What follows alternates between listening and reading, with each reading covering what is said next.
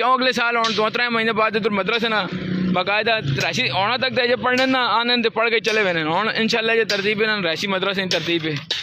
तो ये मदरसे की तरतीब है जरे ये रही नहीं पैसे शैसे बाकायदा मंगने भी नहीं है सिर्फ दुआ नहीं दरखास्त आखी वेनी है साढ़ा कम पढ़ना है कि असी इसे चिस्सा पावा तो